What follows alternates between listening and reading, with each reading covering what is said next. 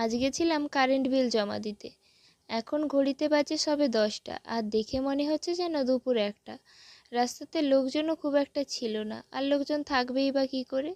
যা রোদ বেরিয়েছে, এই রোদের তাপে বাড়ির বাইরে তো পা রাখাই যায় না। আর আমি এই রোদে পুড়ে গেছিলাম কারেন্ট বিল জমা দিতে।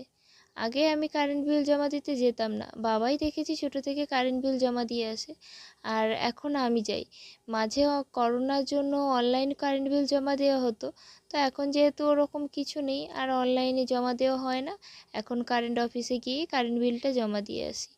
আর এখন বাড়ি যাচ্ছি, তো বাসে করেই গেছিলাম আর বাসে করেই বাড়ি এলাম। আর আসার সময় কিনে এনেছিলাম মিষ্টি। মা বলেছিল মিষ্টি কিনে আনতে, তো সেজন্য এনেছিলাম। একটা চৌকো চৌকো ছানার মিষ্টি কিনে এনেছিলাম, রসগোল্লা কিনে এনেছিলাম, আর গরমের জন্য ঠান্ডা ঠান্ডা কিছু খেতে ইচ্ছা হচ্ছিল, সেজন্য কিনে এনেছিলাম মাজা।